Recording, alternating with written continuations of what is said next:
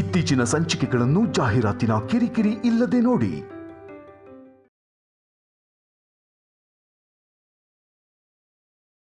ಗಂಡ ಹೆಂಡತಿ ಮಾತಾಡುವಾಗ ಮಧ್ಯದಲ್ಲಿ ಬರಬಾರ್ದು ಅಂತ ನಿಮಗ್ ಗೊತ್ತಿಲ್ವಾ? ನೋವು ಸಹಿಸೋಕಾಗದೆ ಕೋಪದಲ್ಲಿದ್ದೀನತ್ತೆ ನಾನು. ನೀವು ನಮ್ಮ ಮಧ್ಯೆ ಬರಕ್ ಹೋಗ್ಬೇಡಿ. ಅತ್ತೆ ಅಂತ ಕೂಡ ನೋಡೋದಿಲ್ಲ.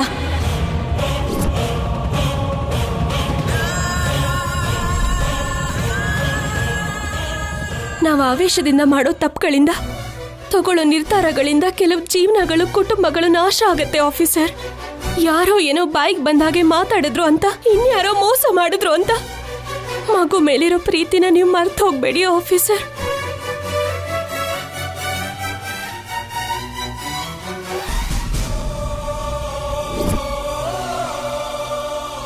ಹಸುಗೋಸಿನ ಜೀವನನ ನಾಶ ಮಾಡಬೇಡಿ.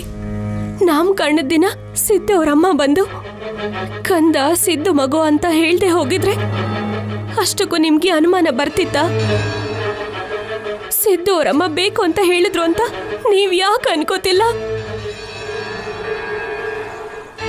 ಹಾಗೆ ಹೇಳಿದ್ರೆ ಅವಳಿಗೇನ್ ಸಿಗತ್ತೆ? ಯಾರ್ದೋ ಮಗುನ ನನ್ನ ಮಗನ ಮಗು ಅಂತ ಹೇಳ್ಕೊಳ್ಳೋ ಅಗತ್ಯ ಅವಳಿಗೇನಿದೆ? ಸಂತೋಷ.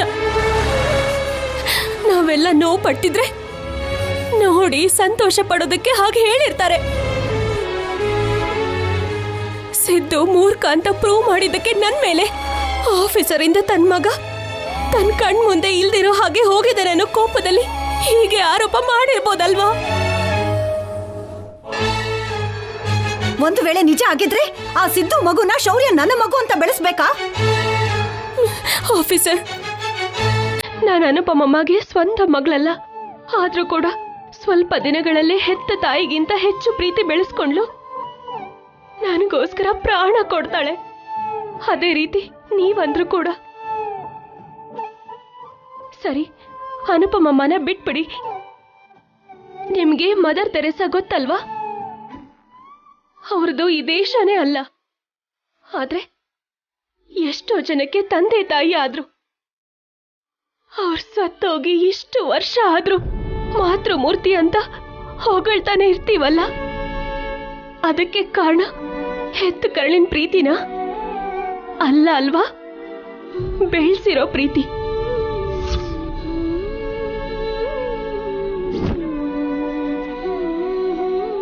ಆದ್ರೂ ಕಂದ ಸಿದ್ದುಗೆ ಸಂಪದಾಗೆ ಹುಟ್ಟಿರೋ ಮಗುನೇ ಆದ್ರೆ ಹುಟ್ಟಿದ್ದಾಗೆ ಬಿಟ್ಟು ಹೋಗ್ತಾ ಇದ್ರ ಅವರು. ಅವ್ರ ಜೊತೆನೆ ಕರ್ಕೊಂಡು ಹೋಗ್ತಿದ್ರಲ್ವಾ?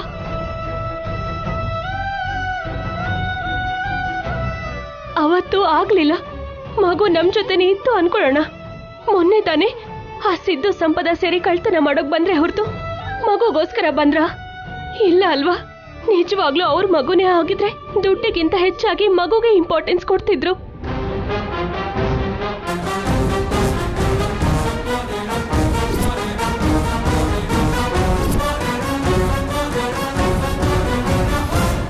ನಿಮ್ ಮುಂದೆ ಬಂದು ಮಗುನ ತಗೊಂಡು ಹೋಗಕ್ ಆಗಿಲ್ಲ ಅಂದ್ರು ಕೋರ್ಟಿಗೆ ಹೋಗಾದ್ರು ಸರಿ, ಅವ್ರ ಮಗುನವರು ತಗೊಂಡು ಹೋಗ್ತಿದ್ರಲ್ವಾ? ಅವರು ಇದೇನು ಮಾಡಿಲ್ಲ ಅಂದ್ರೆ ಕಂದ ಅವ್ರ ಮಗು ಅಲ್ಲ, ನಿಮ್ ಮಗುನೇ ಅಂತ ಅರ್ಥ ಆಗ್ಲಿಲ್ವಾ ಆಫೀಸರ್?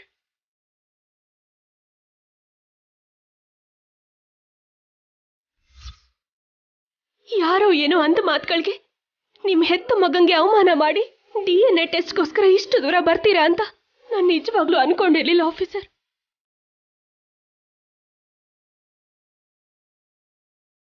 ನಿನ್ನೆವರೆಗೂ ನೀವ್ ನನ್ನ ಮೇಲೆ, ಅನುಪಮಮ್ಮ ಮೇಲೆ ಎಷ್ಟೇ ಕೋಪ ಮಾಡ್ಕೊಂಡ್ರು, ಎಷ್ಟೆಲ್ಲ ಬೈದ್ರು, ಕೋಪದಲ್ಲಿ ಹೇಳ್ತಿದ್ದೀರಾ ಅಂತ ಅನ್ಕೊಂಡಿದ್ದೆ. ನಿಮ್ಮನ್ನ ನೋಡೋ ರೀತಿ ಬೇರೆ ತರ ಇತ್ತು.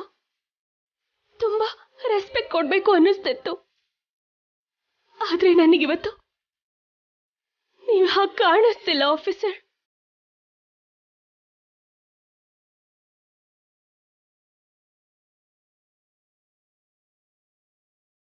ಕಂದ ನಿಮ್ಮ ಮಗ ಅಂತ ನಿಮಗನ್ನಿಸ್ತಾ ಇರಬಹುದು. ಆದ್ರೆ ಇಷ್ಟು ದಿನ ಎದೆಗಪ್ಕೊಂಡು ಬೆಳೆಸಿರೋ ತಾಯಿಯಾಗಿ ಹೇಳ್ತಿದ್ದೀನಿ, ಖಂಡಿತವಾಗ್ಲು ಕಂದ ನಿಮ್ ರಕ್ತನೇ ಆಫೀಸರ್.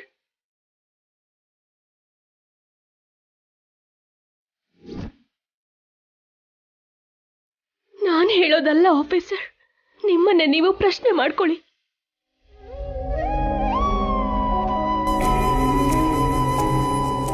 ಮಗುನ ನೀವು ಮೊದಲನೇ ಸಾರಿ ಎತ್ಕೊಂಡಾಗ ಏನನ್ನಿಸ್ತು?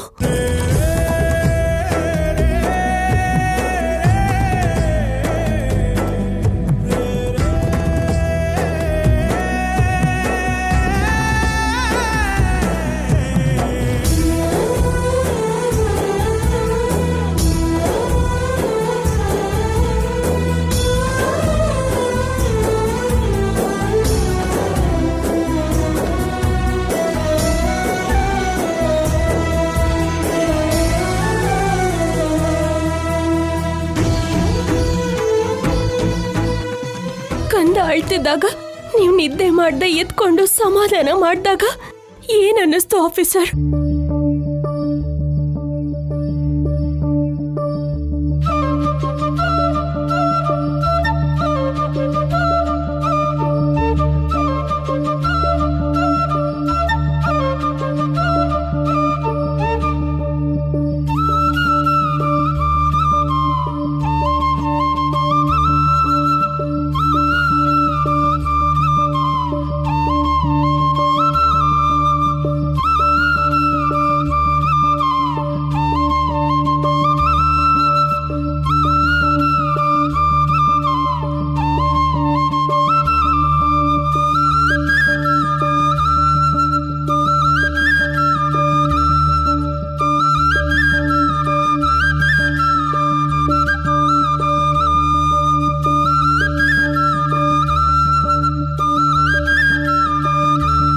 ಕಂದನ್ನ ತಾಯಮ್ಮ ಎತ್ಕೊಂಡು ಹೋದ್ಲು ಅಂತ ಗೊತ್ತಾಗಿದ ತಕ್ಷಣ ಕಂದನೇ ಕಾಣಿಸ್ತಿದ್ದಾಗ ನಿಮ್ಮ ಎದೆಯಲ್ಲಿ ಆಗಿದ್ ನೋವು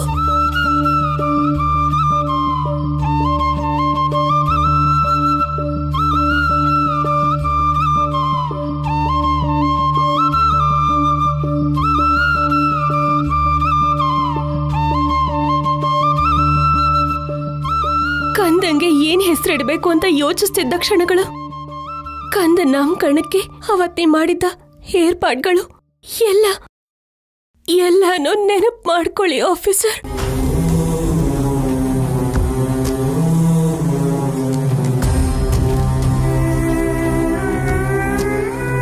ಆ ಕ್ಷಣದಲ್ಲಿ ನಿಮಗ್ ಬಂದ ಫೀಲಿಂಗ್ಸ್ ಹೇಳುತ್ತೆ ಮಗುಗೂ ನಿಮ್ಗೂ ಇರೋ ಸಂಬಂಧ ಏನು ಅಂತ. ನಿಮ್ ಮನಸ್ಸಾಕ್ಷಿನೇ ಹೇಳುತ್ತೆ ಕಂದ ನಿಮಗ್ ಹುಟ್ಟಿರೋ ಮಗು ಅಂತ.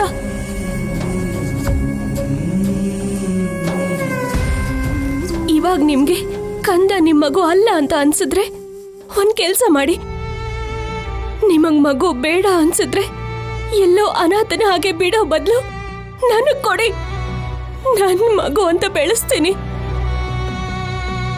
ಇವನಿಗೆ ಸಂಬಂಧಪಟ್ಟಿದ್ ಯಾವ ಸಹಾಯನೂ ನಿಮ್ಮ ಹತ್ರ ಆಗ್ಲಿ ಅತ್ತೆ ಹತ್ರ ಆಗ್ಲಿ ಕೇಳಲ್ಲ. ಅನುಪಮಮ್ಮ ನನ್ನ ಎಷ್ಟು ಪ್ರೀತಿಯಿಂದ ನೋಡ್ಕೊಂಡಿದ್ದಾರೋ ನಾನು ಇವನನ್ನ ಅಷ್ಟೇ ಪ್ರೀತಿಯಿಂದ ನೋಡ್ಕೋತೀನಿ. ನನಗ್ ಕೊಟ್ಬಿಡಿ ಆಫೀಸರ್, ಕೊಟ್ಬಿಡಿ.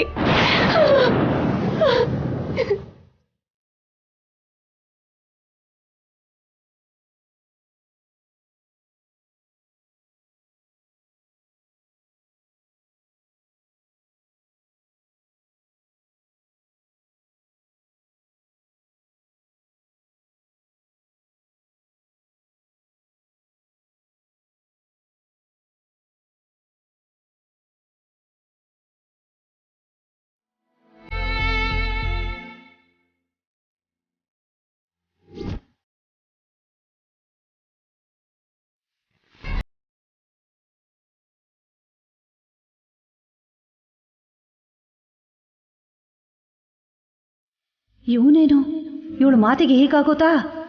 ಇವಳು ಆಡೋ ಮಾತಿಗೆ ಕಲ್ಲಂತ ನಾನೇ ಕರ್ಗೋಗ್ತೀನೇನೋ ಅನ್ನಿಸ್ತಿತ್ತು. ಇವನು ತನ್ನ ಮನಸ್ಸನ್ನ ಬದಲಾಯಿಸ್ಕೊಳ್ಳೋದಕ್ಕೂ ಮುಂಚೆ ನಾನು ಇವನನ್ನ ಬದಲಾಯಿಸ್ಬೇಕು. ಮೊದಲು ಆ ಕವರ್ನ ಓಪನ್ ಮಾಡಿಸ್ಬೇಕು.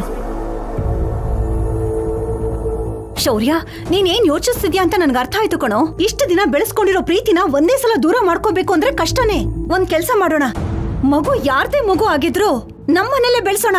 ಏನಾಗ್ಬಿಡುತ್ತೆ, ಸರಿನಾ?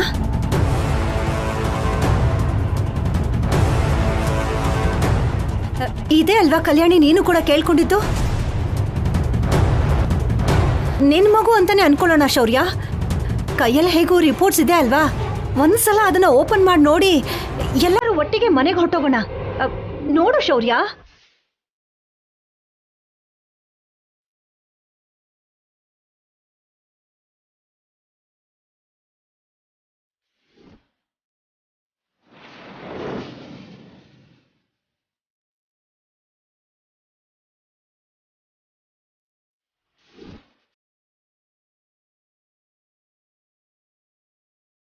ಶೌರ್ಯ, ನೀನೇನು ಹೇಳ್ತಾ ಇದೆಯೋ ನನಗೇನು ಅರ್ಥನೇ ಆಗ್ತಿಲ್ಲ ಅಮ್ಮ.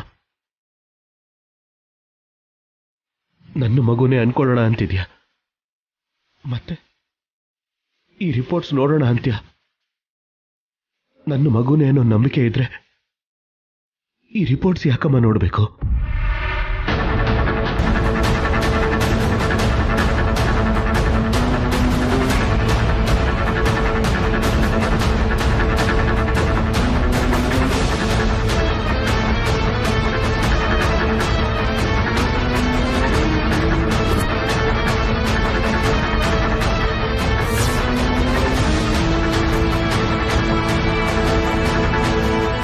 ಈ ರಿಪೋರ್ಟ್ಸ್ ಓಪನ್ ಮಾಡಿ ನಾನು ನೋಡ್ಬಿಟ್ರೆ ಇವನು ನನ್ನ ಮಗು ಅಲ್ಲ ಅಂತ ನಾನು ಒಪ್ಕೊಂಡ ಹಾಗೆ ಆಗತ್ತಲ್ವಾ?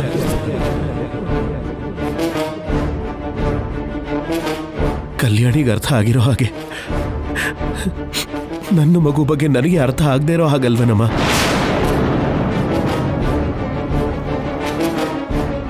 ಯಾವ ಸಂಬಂಧನೂ ಇಲ್ದೇನೆ DNA ಟೆಸ್ಟ್ ಅಂತಿದ್ದ ಹಾಗೆ ಕಲ್ಯಾಣಿ ತುಂಬಾನೇ ನೋವುಪಟ್ಲು.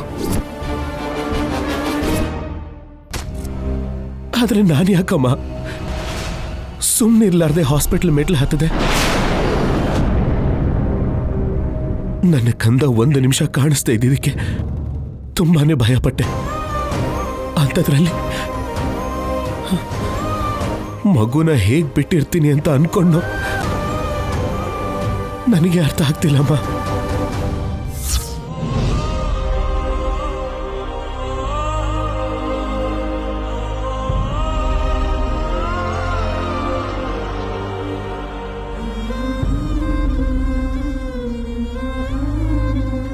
ಅಂದ್ರೆ ಈ ರಿಪೋರ್ಟ್ಸ್ನ ಒಂದು ಸಲ ನೋಡಿದ್ರೆ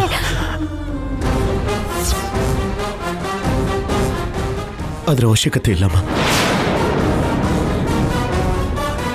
ಇದರಲ್ಲಿ ಏನೇ ಇದ್ರು ಇವನು ನನ್ನ ಮಗನೇ, ನನ್ನ ಮಗನೇ.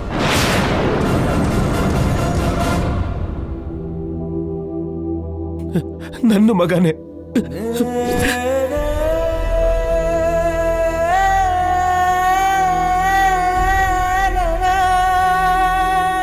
ತಗೋ ಕಲ್ಯಾಣಿ.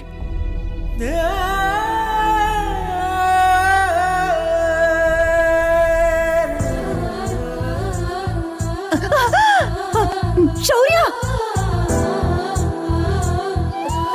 ಶೌರ್ಯ,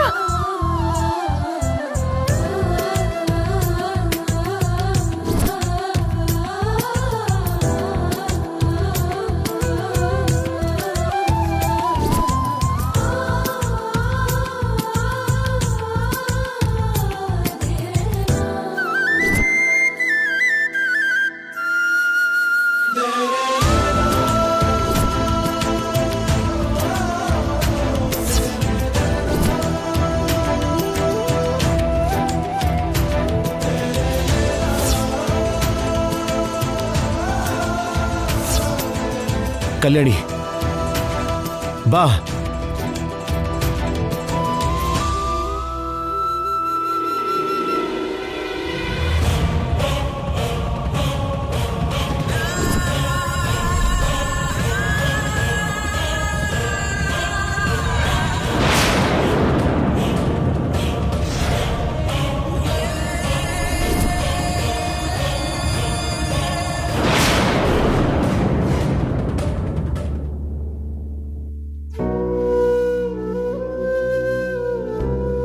ಸ್ಯಾಮ್, ಬೆಳಗ್ಗೆಯಿಂದ ನೀನೇನು ತಿಂದಿಲ್ಲ. ತಗೋ, ಈ ಆರೆಂಜ್ ಜ್ಯೂಸನ್ನ ಕುಡಿ. ಇವಾಗೇನು ಬೇಡ ಸಿದ್ದು. ನೀನ್ ಟೈಮ್ ತಿಂದಿಲ್ಲ ಅಂದ್ರೆ ಗ್ಲಾಮರ್ ಹೊರಟೋಗುತ್ತೆ ಸ್ಯಾಮ್. ಮೊದಲೇ ನಿನ್ futurely top heroine.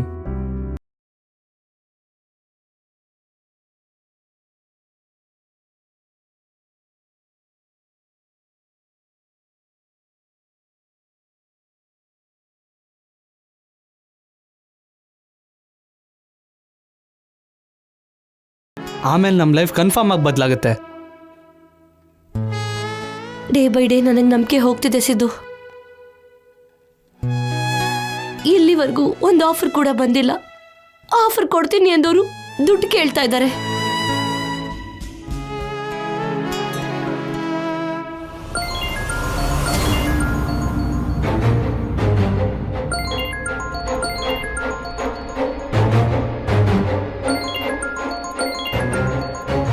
Hello hello, ಸಂಪದ ಅನ್ನೋರ್ ನಂಬರ್ ಇದೇನಾ?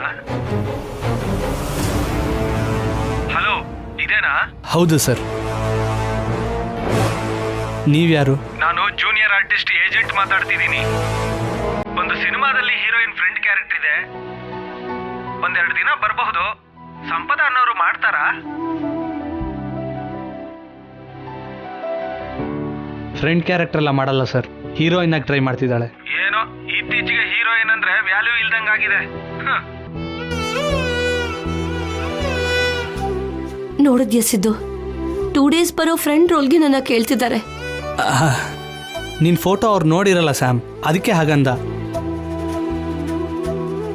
ಆದರೂ ದೊಡ್ಡ ದೊಡ್ಡ ಸ್ಟಾರ್ಸ್ ಎಲ್ಲರೂ ಫ್ರೆಂಡ್ ರೋಲು ವಿಲನ್ ರೋಲು ಮಾಡಿದವ್ರೆ ಅಲ್ವಾ. ನಮಗೆ ಬಂದಿರೋ ಆಫರ್ಸ್ನ ಚಿಕ್ಕದು ದೊಡ್ಡದು ಅಂತ ನೋಡ್ದೇನೆ ಮಾಡ್ತಾ ಹೋಗ್ಬೇಕು ಸ್ಯಾಮ್. ಇಂಡಸ್ಟ್ರಿ ಒಬ್ಬೊಬ್ರಿಗೆ ಒಂದೊಂದು ಒಳ್ಳೆ ಟೈಮ್ ಕೊಡುತ್ತೆ.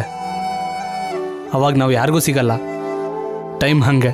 ಅಂದ್ರೆ ನೀನ್ ನನ್ನ ಫ್ರೆಂಡ್ ರೋಲ್ ಮಾಡು ಅಂತ ಹೇಳ್ತಿದ್ಯಾ? ಅದು ಕೂಡ 2 days ಕ್ಯಾರೆಕ್ಟರ್.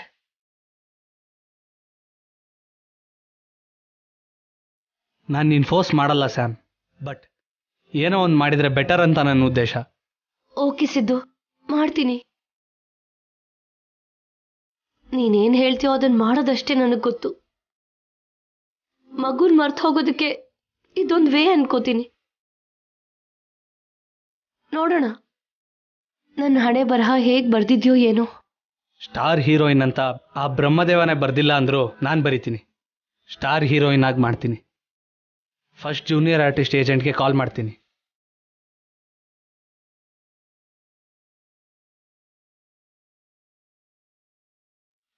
ಹಲೋ ಸರ್, ಈಗಷ್ಟೇ ಕಾಲ್ ಮಾಡಿದ್ರಿ ಅಲ್ವಾ?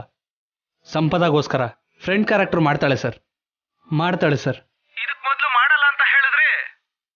ಇಲ್ಲ ಸರ್, ಖಂಡಿತ ಮಾಡ್ತಾಳೆ. ಸರಿ, ಮತ್ತೆ ನಾನು ಆಮೇಲೆ ಕಾಲ್ ಮಾಡಿ ಪ್ರೋಗ್ರಾಮ್ ಹೇಳ್ತೀನಿ. Okay okay sir.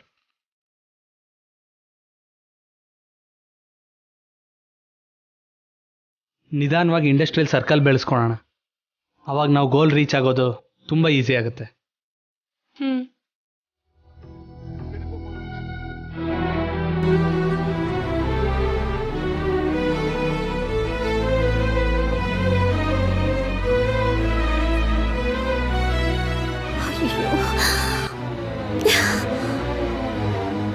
ಎಲ್ಲಿದೆಯಾ Kalyani? Phone connect ಆಗ್ತಿಲ್ವಲ್ಲ. ನೀವಿಬ್ರು ಎಲ್ಲ ಹೋಗಿದ್ದೀರಾ? ಏನ್ ನಡೀತಿದೆ ಅಲ್ಲಿ? ಅಯ್ಯೋ ದೇವ್ರೆ, ಯೋಚನೆ ಮಾಡಿ ಮಾಡಿ ನನ್ನ ತಲೆನೇ ಕೆಟ್ಟು ಹೋಗ್ತಿದೆ. ಅನುಪಮ, ಅಮ್ಮ, ಏನಾಯ್ತು? ಕಲ್ಯಾಣಿಗೆ ಫೋನ್ ಕನೆಕ್ಟ್ ಆಗ್ತಿಲ್ಲಮ್ಮ. ನೀವು ಹೆದರ್ಕೊಂಡ ಹಾಗೇನೆ ಅಲ್ಲಿ ಏನಾಗಿರುತ್ತೋ ಏನೋ ಅಂತ ನನಗೂ ಕೂಡ ಹೆದರಿಕೆ ಆಗ್ತಿದೆ. ಒಂದು ವೇಳೆ ಶೌರ್ಯ ಏನಾದರೂ ಹೇಳ್ಬಿಟ್ರೆ, ಮಗು ವಿಷಯದಲ್ಲಿ ಶೌರ್ಯನಿಗೂ ಕಲ್ಯಾಣಿಗೂ ಜಗಳ ಏನಾದರೂ ಆಗ್ಬಿಟ್ರೆ? ನನ್ನ ಮನಸ್ಸಲ್ಲೂ ಅದೇ ಪ್ರಶ್ನೆಗಳು ಓಡಾಡ್ತಿದೆ ಅನುಪಮ. ಇನ್ನು ನಾನೇ ನಿನಗೆ ಧೈರ್ಯ ಹೇಳಿ. ಶೌರ್ಯನಿಗೆ ಕೋಪ ಜಾಸ್ತಿ, ಕಲ್ಯಾಣಿಗೆ ಪ್ರೀತಿ ಜಾಸ್ತಿ. ಇವರಿಬ್ಬರ ಮಧ್ಯೆ ಮಾತಿಗೆ ಮಾತು ಬೆಳೆದು ಅದು ಯಾವ ಹಂತ ತಲುಪಿಡುತ್ತೋ ಏನೋ ಅಂತ ಭಯ ಆಗ್ತಿದೆ. ಈ ದಮಯಂತಿ ನೋಡಿದ್ರೆ ಆ ಮಗು ನಿಂದಲ್ಲ ಅಂತ ಪ್ರೂವ್ ಆದ್ರೆ ಆ ಮಗುನ ಅಲ್ಲೇ ಬಿಟ್ಟು ಬಂದ್ಬಿಡು ಅಂತ ಬೇರೆ ಹೇಳ್ತಿದ್ದಾಳೆ. ಶೌರ್ಯನ್ ಮನಸ್ಸಿನಲ್ಲಿ ಆ ಮಾತು ನಿಂತು ಬಿಟ್ಟಿದೆ ಅಮ್ಮ. ಆ ಮಗು ಏನಾದ್ರೂ ಸಿದ್ದುದೇ ಅಂತಾನೆ ಪ್ರೂವ್ ಆಗ್ಬಿಟ್ರೆ ಅವನಲ್ಲೇ ಬಿಟ್ಟು ಬಂದ್ಬಿಡ್ತಾನಮ್ಮ. ಹಾಗೇನಾದ್ರೂ ಆಗ್ಬಿಟ್ರೆ ಕಲ್ಯಾಣಿ ಖಂಡಿತವಾಗ್ಲೂ ಸುಮ್ಮನೆ ಇರೋದಿಲ್ಲಮ್ಮ. ಅವನ ಜೊತೆ ಜಗಳ ಮಾಡ್ತಾಳೆ. ಅದು ಅಲ್ಲದೆ ಈ ದಮಯಂತಿ ಕೂಡ ಶೌರ್ಯ ಕಲ್ಯಾಣಿ ಹಿಂದೆನೆ ಹೋಗಿದ್ದಾಳೆ.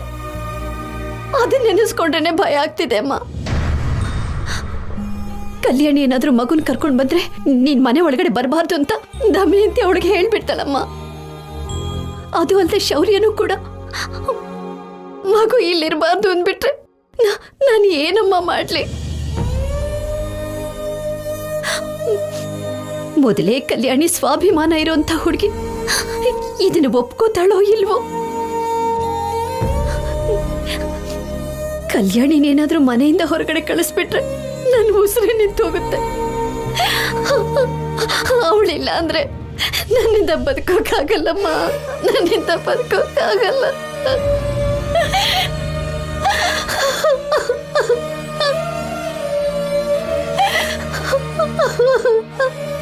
ನೋವು ಪಡ್ಬೇಡಮ್ಮ.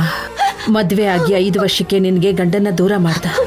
ಅಮ್ಮ ಅನ್ನೋ ಕರೆನ ನಿನಗೆ 18 ವರ್ಷದ ನಂತರ ದೇವ್ರು ಕೊಟ್ಟಿದ್ದ. ಮತ್ತೆ ಆ ಕರೆನ ದೂರ ಮಾಡಲ್ಲ. ಒಂದು ವೇಳೆ ಹಾಗೆ ದೂರ ಮಾಡಿದ್ರೆ ನಮ್ಮ ಮನೆ ದೇವರು ಈಶ್ವರನ್ಗೆ ನಾನು ಪೂಜೆ ಕೂಡ ಮಾಡಲ್ಲ.